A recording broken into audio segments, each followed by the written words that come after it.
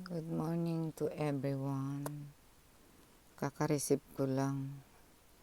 Pinadala ng anak ko. Yung nasa Tokyo Shangri-La Hotel nagtatrabaho. Pinadala ko na kasi yung mga pasalubong ko sa kanya. Ano kaya ito? Wow. Pabango.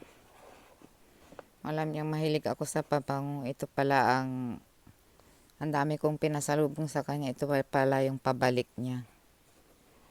Give and take kaming dalawa eh. Ito. Wow, ganda naman. Ang ganda naman. Made in Spain. Binili niya to siguro. Kasi nung pag-uwi ko, after nun, nag-text ako sa kanya kung pwede siyang umuwi dito. Kaya lang